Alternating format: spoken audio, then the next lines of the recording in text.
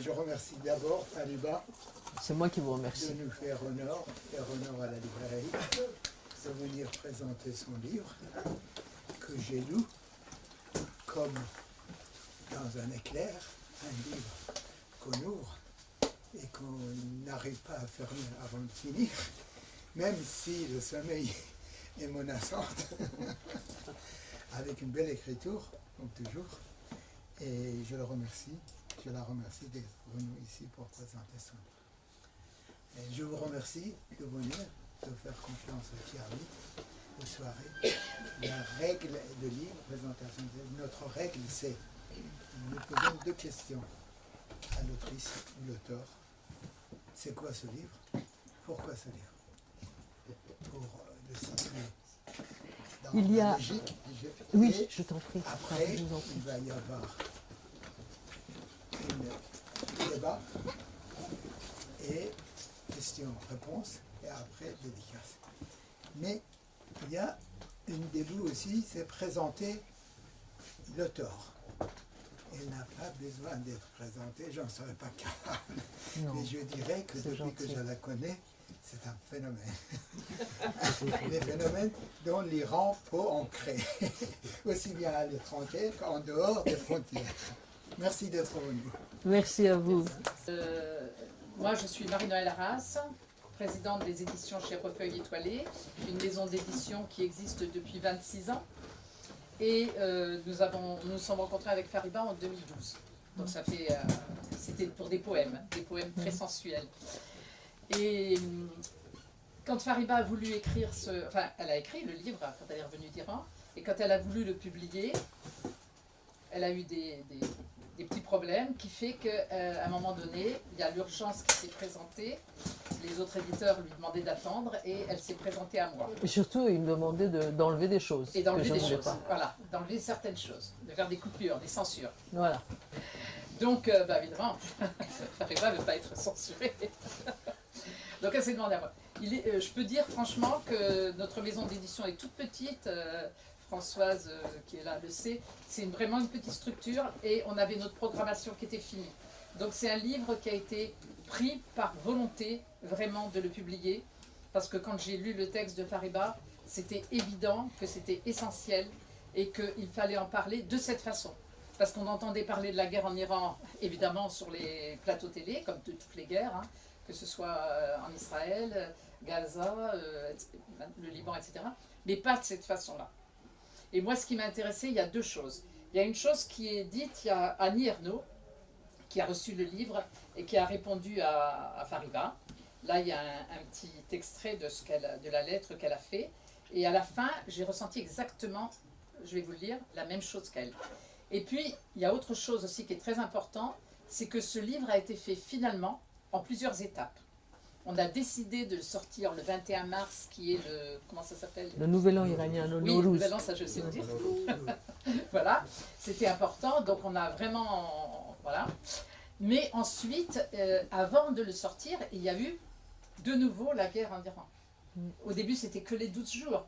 Puis il y a eu février, puis il y a eu mars. Et donc, il y a eu de nouvelles écritures sur le livre. Et l'analyse qui est faite après, justement, le journal de bord est très, très importante aussi. Moi, ça m'a vraiment appris comment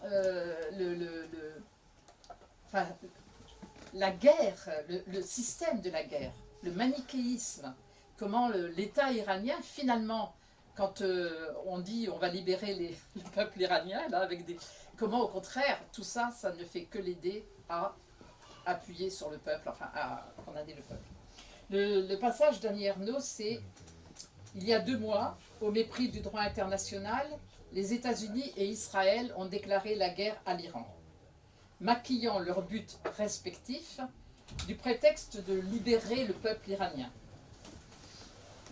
Jamais on ne libère un peuple en le noyant sous les bombes, en ayant pour but, selon le mot de Trump, de ramener le pays à l'âge de pierre. Des milliers d'Iraniens sont morts ou blessés. Les villes et les monuments détruits. La répression politique par le gouvernement des mollahs plus terrible qu'avant. Les voix qui s'élèvent pour évoquer la tragédie du peuple iranien sont rares. Les intérêts économiques prennent toute la place aujourd'hui. Le pétrole, encore et toujours. Mais lorsqu'on a lu le journal de bord qu'a tenu Fariba Ashtroudi lors de la guerre des 12 jours de juin 2025, ce sont des femmes et des hommes, des enfants que l'on voit vivre. Tout un peuple dans sa diversité, ses peurs et son indéfectible espérance. Sa résilience écrasante. Par-dessus tout, c'est le réel, dans ses multiples facettes, cocasses et sinistres, violentes et même parfois tendres. Le réel d'un peuple qui retrouvera sa liberté. Annie Ernaux. Voilà, Merci. je laisse la parole à Farah. Alors, Monsieur Salomatian, vous m'avez dit 2 questions. Pourquoi ce livre et qu'est-ce qu'il dit? Oui.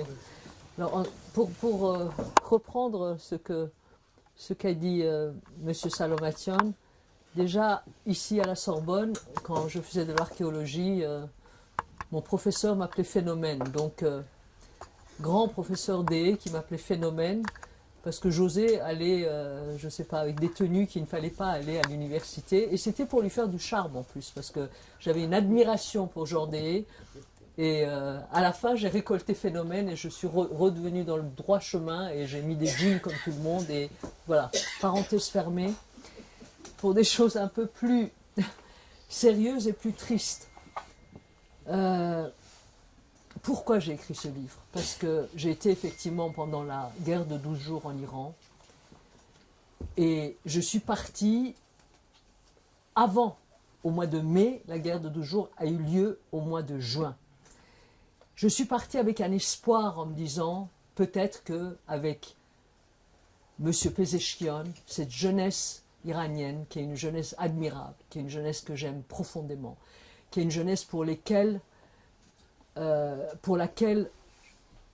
j'essaye de faire avec mes moyens très limités et avec des amis et les membres de l'association qui sont ici, et je les présenterai à la fin parce que sans elles et sans eux, je n'aurais rien pu faire, de mettre un peu les pas sur les pas de mon père qui a vraiment dédié sa vie à la jeunesse de l'Iran, à l'université, à la culture iranienne.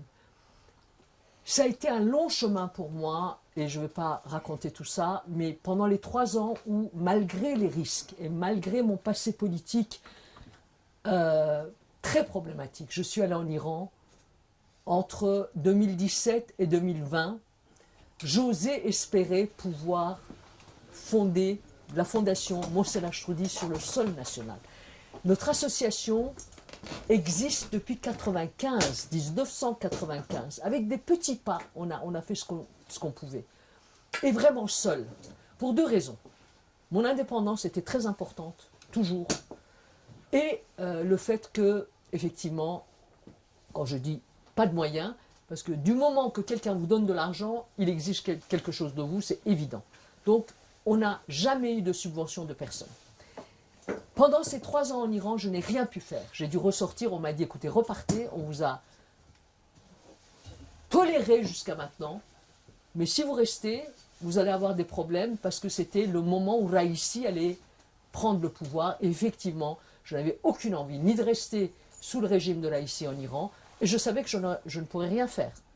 Je suis venue ici, on a continué ici, il y a eu le mouvement Femmes, Vie, Liberté, qui nous a massacrés, nous tous, déjà, massacre de la jeunesse iranienne en Iran, et nous, à l'extérieur, de vivre ça à l'extérieur, parfois c'est pire. Quand vous n'êtes pas là-bas, avec eux, c'est pire. Et nos jeunes, dont un est ici, comme je vous l'ai dit, le contact entre l'Iran et Paris,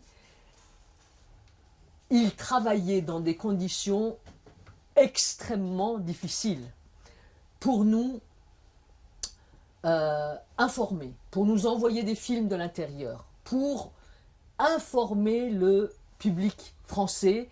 C'est là où on a eu des membres d'honneur comme Annie Ernaux, comme Cédric Villani, comme Salgado, les Salgado que je connais depuis très longtemps, les scientifiques, des dizaines de signatures. Et grâce à, j'allais dire, le travail de l'association, le travail de nos jeunes, avant tout en Iran, qui nous a formés, sérieux, un travail sérieux, et mes amis ici présentes, j'allais dire le club des vieux pour les jeunes, parce qu'on a un certain âge maintenant, il faut le dire, et les membres d'honneur, on a pu récolter de l'argent par la bonté, la générosité du peuple français. Autour de, si je ne m'abuse, qui nous, c'était autour de 20 000 euros, non? Ouais, à peu près. Tout est parti, moindre centime en Iran. On a aidé, on a soutenu, on a... Et quand Pezeshkian est arrivé, j'ai eu une réunion avec le bureau de l'association, j'ai dit je rentre. Des oui, des non, et j'ai dit je rentre, il faut que j'aille voir ce qui se passe. Et maintenant, il y a avec le gouvernement Pezeshkian, peut-être... Et puis d'aller voir un peu où en sont les jeunes, comment on peut les aider.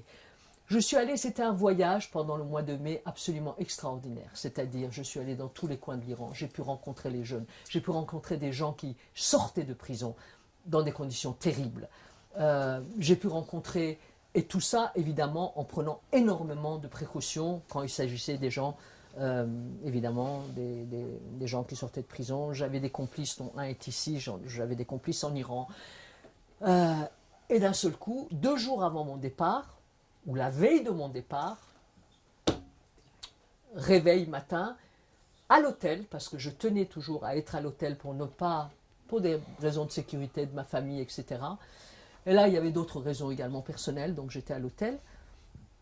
Un coup de fil de Paris me réveille, mais comment ça va? Et un journaliste qui m'appelle en Iran dit, mais tu sais pas, il y a eu des tonnes de bombes sur Téhéran.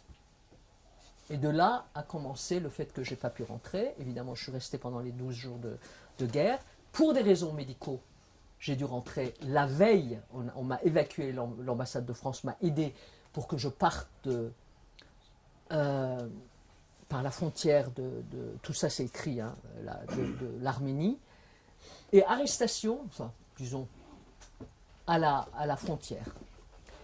Il faut vous dire qu'1 an avant, j'étais en Israël parce que j'étais déjà dévastée par ce qui se passait à Gaza, et je comptais écrire j'étais en train d'écrire un roman qui est terminé maintenant. Je voulais savoir ce qui se passe là-bas, et je voulais aller jusqu'à Gaza. J'ai pas pu, mais je suis allé en Israël et en Cisjordanie. C'était une des raisons où les gens me disaient, ne va pas en Iran. Tu es parti en Israël, même avec Pezeshkian, Israël, j'ai dit, j'y vais. À la frontière de l'Arménie, on m'a arrêté, enfin on m'a dit, on veut vous parler. Ça a été interrogation pendant je ne sais pas combien de temps, où il y a eu des engueulades, mais je hurlais en disant, pardonnez-moi, vous êtes en train de mener le pays au bord je suis contre les bombardements, je suis contre le gouvernement Netanyahou, je suis contre les États-Unis, mais vous aussi, vous m'arrêtez moi. Le type, quand il m'a dit, Madame, est-ce que vous êtes partie en Israël? J'ai dit oui, je suis partie en Israël. Mais tous mes amis israéliens et les juifs dans le monde que je connais, à travers le monde, sont contre Netanyahou, sont contre les va-t-en-guerre, sont contre les tueurs d'enfants. Et effectivement, maintenant, qu'est-ce que vous voulez faire? Et quand je suis rentré, j'ai écrit une version longue de ce livre. On m'a demandé de le réduire. Ça, c'était avant de rencontrer... un de mes anciens éditeurs le voulait en disant « réduis-le ». Et effectivement, je l'ai réduit. J'ai travaillé d'arrache-pied pendant 4-5 mois, version longue, version réduite. Et effectivement, énormément de critiques dans ce livre. Et on m'a dit est-ce que ceci et cela est ce que Marie-Noël vous a déjà dit, je ne veux pas répéter. J'ai dit je ne changerai pas une virgule du livre. Soit on le publie, soit je le publie sur mon site, soit je ne le publie pas. Tant pis, c'est comme ça. Marie-Noël, je la remercie infiniment parce qu'elle a fait un travail vraiment dans des conditions difficiles, dans des conditions, comme elle a dit, en plus on a dû attendre parce qu'il y a eu de nouveau les bombardements en Iran. Là, je peux vous dire, j'étais dévastée, j'étais malade. Je ne sais pas comment j'ai pu écrire la postface. Je pensais que je n'y arriverais pas. Mes amis ici présentes savent dans quel état j'étais et je ne sais pas comment j'ai pu la terminer. Je pense que quand on est dans un état de révolte et de rage, je dois dire, de rage, parce qu'on bombardait mon pays au nom de la guerre humanitaire, guerre préventive, ce sont des choses que je ne supporte pas. Je ne peux pas tolérer ce genre de choses.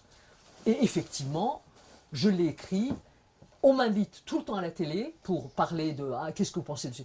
J'ai décidé de ne plus y aller, je leur ai dit « tout est écrit dans ce livre », mais personne à la télé ne dit un mot de ce qui est écrit dans le livre. C'est quand même extraordinaire.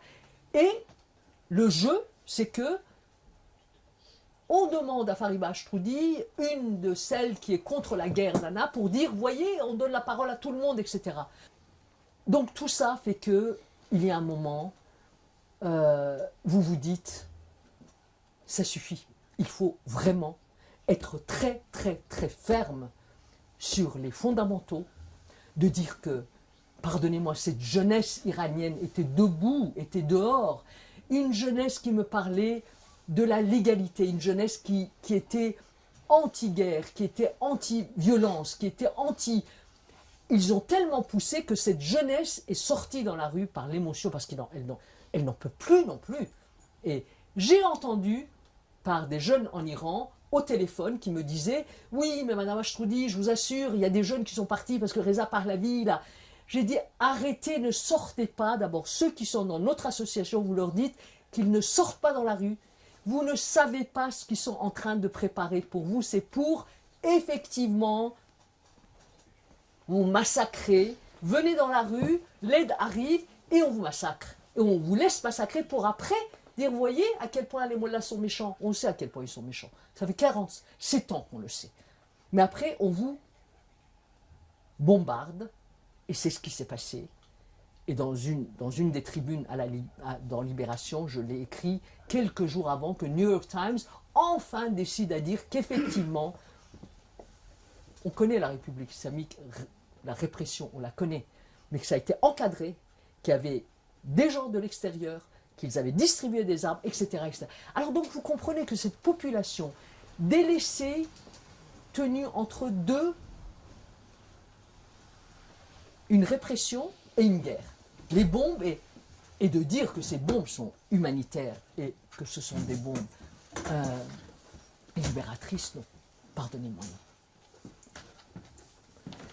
Voilà pourquoi j'ai écrit ce livre et merci à vous d'être là. On est quand même assez étonnés avec mon éditrice que pas un mot dans la presse, mais il n'y a pas que moi. Hein. Il y a des livres extrêmement, j'allais dire, qui valent 100 fois plus peut-être que ce livre, où on devrait en parler, pas sur l'actualité, mais dans la littérature, c'est pareil. Il y a des sommités littéraires en France dont on n'en parle jamais. Et effectivement, c'est dur, le métier d'écrivain, d'éditrice et de libraire est devenu extrêmement dur. Donc votre présence est en soi, comment je peux dire, plus que ça, ça donne espoir. Ça donne espoir de dire qu'il faut maintenant parler directement, soit via les réseaux sociaux, soit dans les librairies, soit dans les universités, aller voir les gens Et c'est ce qu'on fait maintenant. Maintenant, on rigole avec Marie-Noël en disant « Ah ben heureusement, même les journaux de gauche, ils n'en ont pas parlé, c'est que tout va bien. » Donc on va aller voir les gens, s'il le faut, là où il faut, et voilà. Je crois que j'ai fait le tour, j'ai tout dit, et j'ai tenté d'avoir pendant toute cette période une colère, ce que les philosophes appellent une colère vertueuse, mais je ne l'ai pas toujours eue. Il m'est arrivé de péter les plombs sur les plateaux, et maintenant je vois que Siavosh Rosi, le pauvre, qui est sous les bombes depuis 40 jours, il pète les plombs à juste titre, mais que dès qu'il a dit 2 mots en disant pardonnez-moi, enfin ne dites pas n'importe quoi, il est devenu maintenant l'agent de la République islamique également. Et il y a un journaliste aujourd'hui, j'étais sur une émission où j'ai failli d'ailleurs de dire si vous on recommence pas certaines parties, je ne suis pas d'accord, mais passons, parenthèse fermée. Il a dit, Madame Ashroudi, ne vous inquiétez pas, ils n'ont pas le choix. Siavosh, on va le garder. Vous, on peut s'en passer, mais Siavosh, on va le garder. Et tant mieux qu'il n'ait pas le choix. Parce qu'il est là-bas, et au moins il dit ce qui se passe là-bas, même s'il ne peut pas tout dire. C'est vrai que de toute façon, il ne peut pas tout dire. Et pourtant, il le dit. Il dit, il y a effectivement des problèmes économiques, effectivement, il y a eu des répressions, effectivement, il y a des pendaisons qui se multiplient. Mais à cause de quoi? Les bombes qui ont resserré le pouvoir derrière les plus durs. Et à chaque fois, ça a été pareil en Iran. À chaque fois qu'il y a eu une ouverture, M. Trump a déchiré ceci. L'autre a fait... Et maintenant, c'est avec les bombes.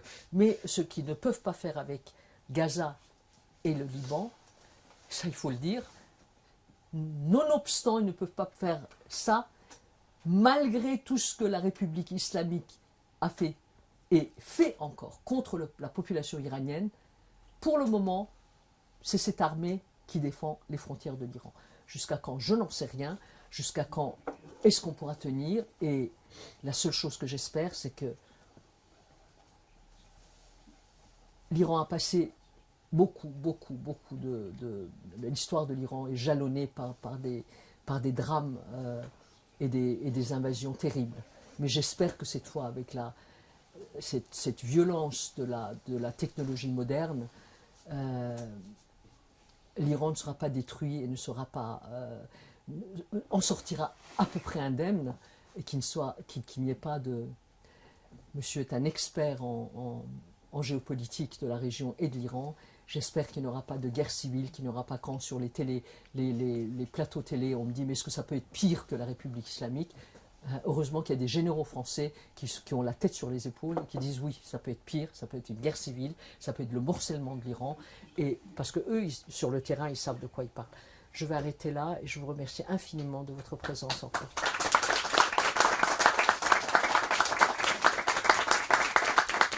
Et à votre disposition sur des questions. Merci. S'il y a des questions, interventions, allez-y. Je voulais vous poser une question. Pas plus fort. Je voulais vous poser une question concernant donc, la jeunesse iranienne. Est-ce qu'on peut dire la jeunesse iranienne? Est-ce qu'il y a une jeunesse iranienne ou est-ce qu'il y a plusieurs jeunesses iraniennes? Non. Parce que quand même, Ramini a été élu, et j'ai vu un documentaire sur Arte sur l'autre visage de l'Iran, qui existe aussi évidemment. Donc c'est un peu la question, qu'en est-il de cette jeunesse? Bon, évidemment, tout ce qu'on voit, c'est cette jeunesse c'est absolument abominable, c'est tout ce qu'on voit depuis des années, cette jeunesse massacrée. Est-ce que toute la jeunesse est de ce côté-là, ou est-ce qu'il y a une division? Non, bien sûr, évidemment, évidemment, on ne peut pas parler. Une différence socio-culturelle, bien sûr, économico-socio-culturelle. Absolument. Il y a une jeunesse dorée, il y a une jeunesse de ce qu'on appelle les fils d'eux, il y a une jeunesse estudiantine, c'est cette jeunesse avec laquelle nous sommes en rapport. Oui, mais est-ce qu'il y a aussi une jeunesse populaire? Et il y a une jeunesse populaire, mais même cette jeunesse populaire, et je peux le dire par quelqu'un qui vient de là-bas, même cette jeunesse populaire, même la base populaire du régime, c'est-à-dire des Bassidji, et ça on le voit sur les réseaux sociaux, qui commencent à critiquer sérieusement.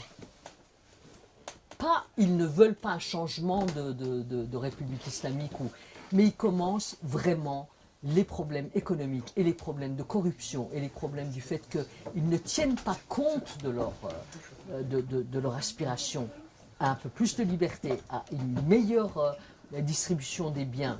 La corruption fait rage, franchement, en Iran depuis des années. Donc non, il n'y a pas une jeunesse iranienne, il y a une base solide. Mais cette base, et si on se base justement sur les élections de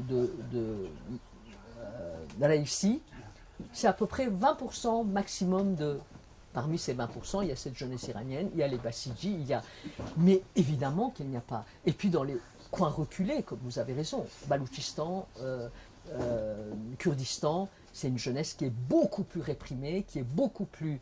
Donc non, on ne peut pas parler d'une jeunesse iranienne. Moi, quand je parle de la jeunesse iranienne en globalisant, c'est l'avenir de ce pays dans toute sa composante.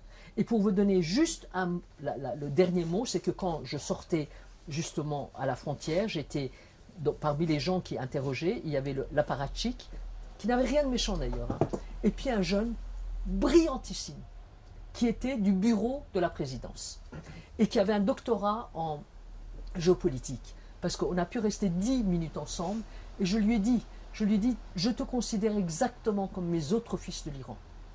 Tu as le même âge, mais tu dois changer de bord. Il y a un moment, la désobéissance civile existe, et tu dois comprendre que les ennemis intérieurs, je vous assure, il avait les yeux embués, il m'a dit, Madame Ashtoudi, je vous entends, mais quand la maison brûle, on ne la quitte pas. Et j'ai pu ressentir ça, parce que moi je quittais en me disant, je laisse ma cousine, mes amis, mais je me sentais une conscience déchirée. Donc, et puis il y a une jeunesse évidemment, mais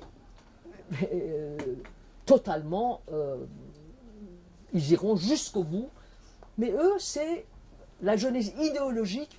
M. Salomation le saura peut-être mieux expliquer que moi. Cette jeunesse idéologique aussi, l'idéologie a pris du...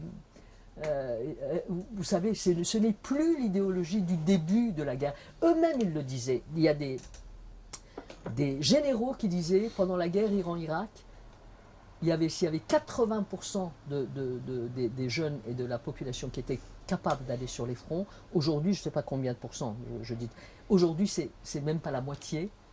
Sauf qu'avec les bombardements, effectivement, aussi massifs, là, c'est le jeune qui me disait, au début, il y avait je ne sais pas combien de millions d'inscrits, ça a doublé avec les bombardements massifs. Il y a cette cohésion également de nationalisme, et là, je ne dis pas que la jeunesse entière est pour ça, mais il y a les deux. Il y a ceux qui d'un seul coup peuvent effectivement être pour la défense de la patrie, et ceux qui disent, vous aussi, vous devez penser à notre avenir, on ne peut pas continuer comme ça, vous aussi, vous devez effectivement régler un peu les problèmes. On en est là maintenant, c'est pour ça que j'ai très peur, c'est pour ça que, à mon sens, on est sur la corde raide, et on ne sait pas ce qui va se passer, même si au fond de moi, je garde toujours un espoir, parce que sans ça... Donc non, il n'y a pas une seule jeunesse, effectivement. Mais je pense que l'aspiration de la jeunesse iranienne pour l'avenir est la même, de pouvoir vivre un tant soit peu, normalement. Alors les intellectuels, mais ceux qui n'ont rien, je veux dire, il y a une jeunesse, il y a la pauvreté parmi une couche de la population, comme vous dites. Cette jeunesse, tout ce qu'il veut, c'est de pouvoir vivre dignement, de ne pas être obligé de vendre ses organes, de vendre Et ça se passe depuis des années, hein. C'est pas que maintenant. Maintenant, la situation s'est vraiment aggravée. Avant de passer à d'autres personnes, je voudrais ajouter une chose. Absolument. La jeunesse iranienne, avec un grand G, j'ai mal à voir. La jeunesse iranienne, avec grande lettre capitale, nommée comme... Pourquoi? Parce qu'en Iran, la particularité du joug de la République islamique, c'était qu'il a produit son contraire. L'Iran aujourd'hui est plein des individus libres, autonomes, qui décident eux-mêmes, ne sont de moins en moins une le masse. fils et Absolument. la fille de leur papa. Absolument. Ils sont de plus en plus enfants des possibilités qu'ils ont créées. Cette jeunesse embrigadée dans les gardins Absolument. de la Révolution, c'est l'argent, c'est le désir de faire la guerre pour différentes raisons, et c'est en même temps sous les bombardements. On crée, on utilise, mais la majorité des jeunesses iraniennes, le mouvement Femmes, Liberté, son caractéristique le plus important, c'est que ce mouvement n'avait pas un seul guide, un seul dirigeant. C'était chaque fille en marchant dans la rue qui risquait en enlevant sa voile, qui risquait. Et hier, j'ai vu un reportage d'un Iranien de l'intérieur de l'Iran qui est né ici, qui a grandi ici, bien francophone, sur le Shirazi. Regardez-le, il parle de l'Iran depuis 5 jours que les bombardements sont arrêtés. Qu'est-ce qui a changé dans les rues? Et on voit de moins en moins de voiles après 5 jours. Comme s'il y avait un vent qui est passé sous les bombes, qu'aujourd'hui, le risque dépasse tout. L'Iranien aujourd'hui, la jeunesse iranienne aujourd'hui, il aime la poésie, mais il n'est plus charmé par aucun mythe, aucune mythologie. C'est beaucoup plus rationnalisé. Peut-être j'avance trop, mais moi je suis fasciné par cette diversité, cette pluralité qui peut en même temps vivre ensemble. Donc, sous les bombes, on est en train de casser quelque chose qui apparemment peut être fragile aussi. Mais on le rend nôtre. L'Iran, sa jeunesse aujourd'hui, c'est une jeunesse qui vaut la liberté, qui vaut son insertion dans le monde moderne.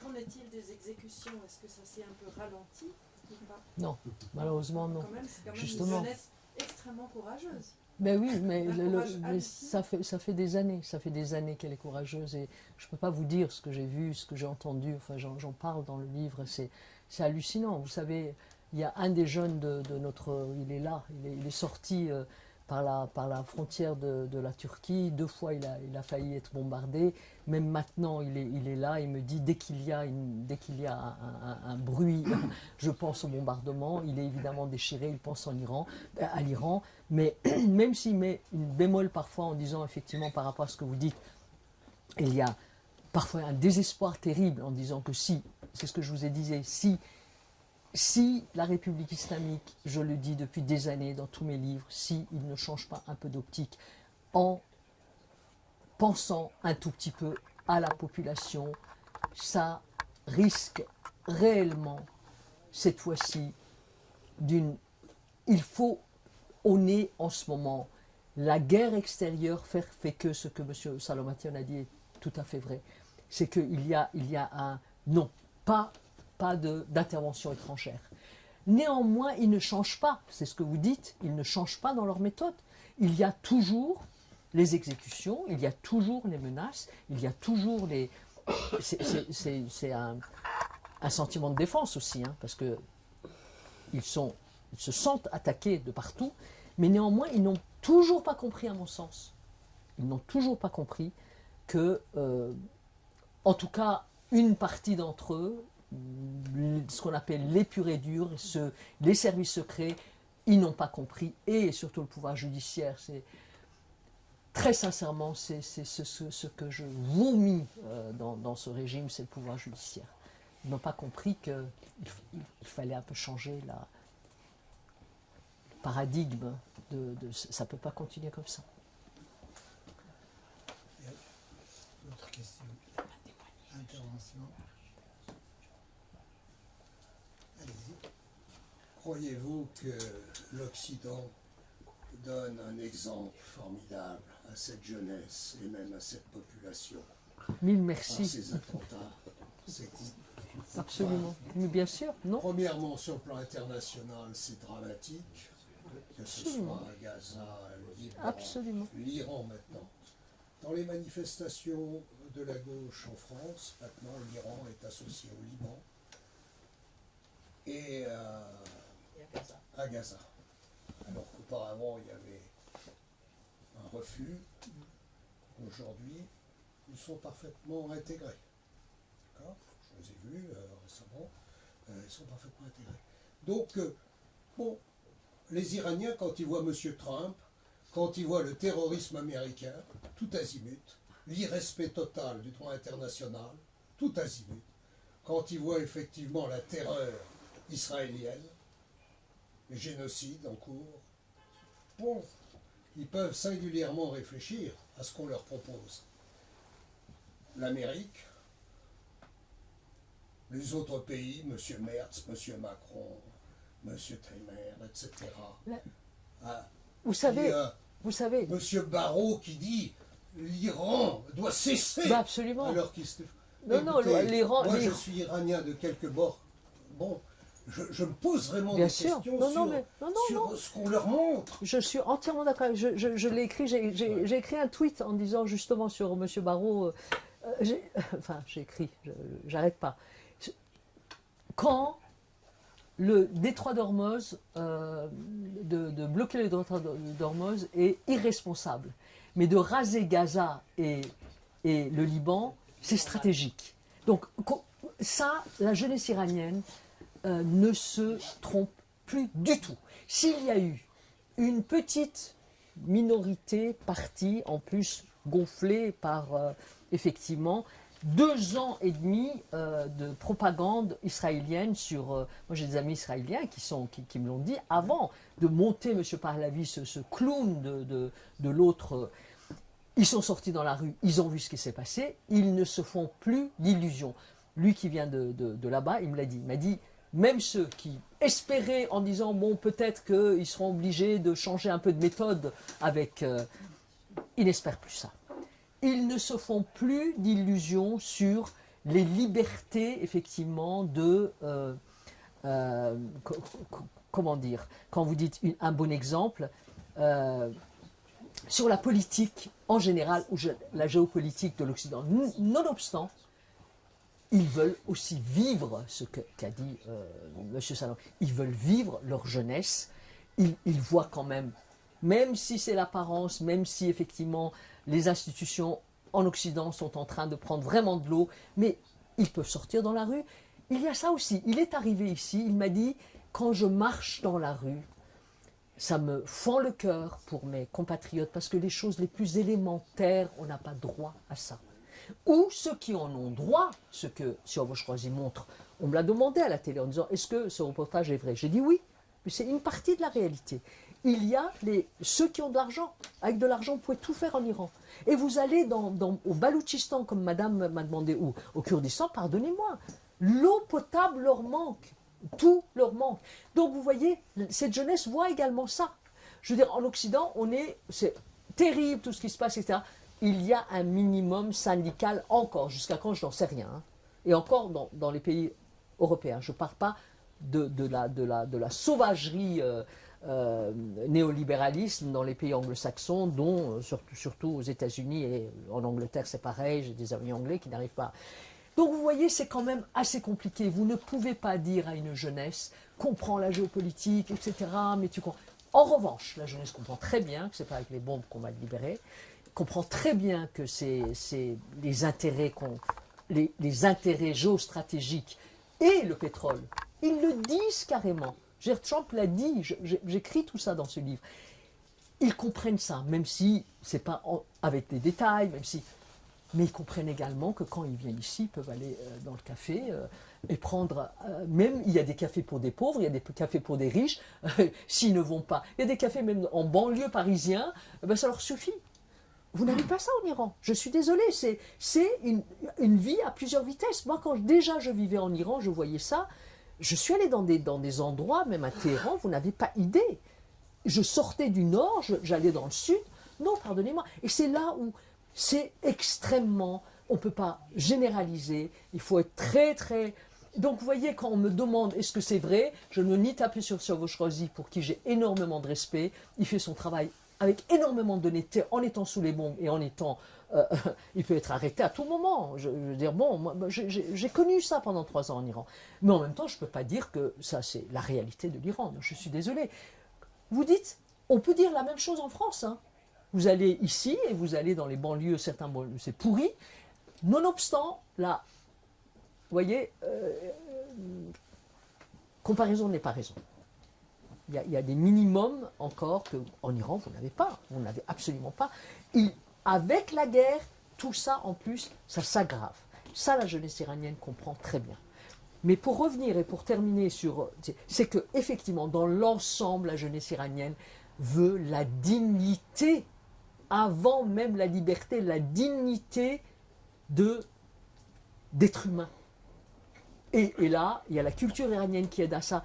Quand je vois, même dans les familles moyennes, même dans les familles, l'aspiration à l'art, le nombre de jeunes qui jouent un instrument de musique, le nombre de jeunes qui étudient, alors les plus intellectuels, je vous assure, on me parle de Deleuze, on me parle de Foucault, on me dit est-ce que vous avez lu, est-ce que c'est bien, est-ce que c'est bien traduit et une jeunesse populaire, malgré qui aspire également à s'élever. Ça, c'est une aspiration générale et partout, hein, vraiment partout. Et puis il y a une jeunesse Golden Boy, une jeunesse un peu partout qui veut gagner de l'argent et qui gagne de l'argent. Mais même eux, ils veulent effectivement... ils ont un espoir, comme je vous ai dit, d'une plus grande dignité. Pendant 47 ans, on a quand même le mal de la superstition, des lois barbares, c'est rejeté, hein. La jeunesse n'y croit plus. Mais on me demande, comme l'a dit encore à juste titre, c'est pas aujourd'hui que les Iraniens ont gagné la bataille du voile. Bon, so what, pardonnez-moi, comme disent les Anglais. La loi est toujours là. Le jour où ils ne le feront pas, hein, parce qu'il ne peut pas y avoir un backlash, mais tant que les lois de la charia sont là, c'est pour ça que le judiciaire, moi, si, vous voyez, je n'ai jamais souhaité la mort de quiconque, mais justement, pendant la guerre de 12 jours, j'étais dans un bled perdu au Mazandaran, il y avait des jeunes qui parlaient ensemble, et il y a un jeune qui disait « Aujourd'hui, c'est quoi le dilith ?» Je ne comprenais rien. Et la personne qui était avec moi, une jeune femme qui était avec moi, elle a traduit en disant « Dilith », je veux dire, aujourd'hui, combien de gardiens de la Révolution ils ont tué. Et il y a un jeune qui a dit à l'autre, pour revenir à ce que vous dites, hein, un jeune qui a dit à l'autre, écoute, le jour où il y aura le delete du judiciaire, eh ben, on sera peut-être débarrassé de ces là, avec beaucoup de... Et l'autre, il a dit, non, et puis un jeune a dit, non, moi je préfère quand même de traîner ces gens devant la justice internationale. Donc vous dites, l'autre a dit, si Trump ne delete pas la justice internationale, c'est vous dire à quel point ils sont... Néanmoins, ils veulent respirer. Ça, on respire encore ici, pas là-bas. Mais bon. Bien. Merci d'être venu. Merci beaucoup d'être venu. À vous tous. Merci, madame.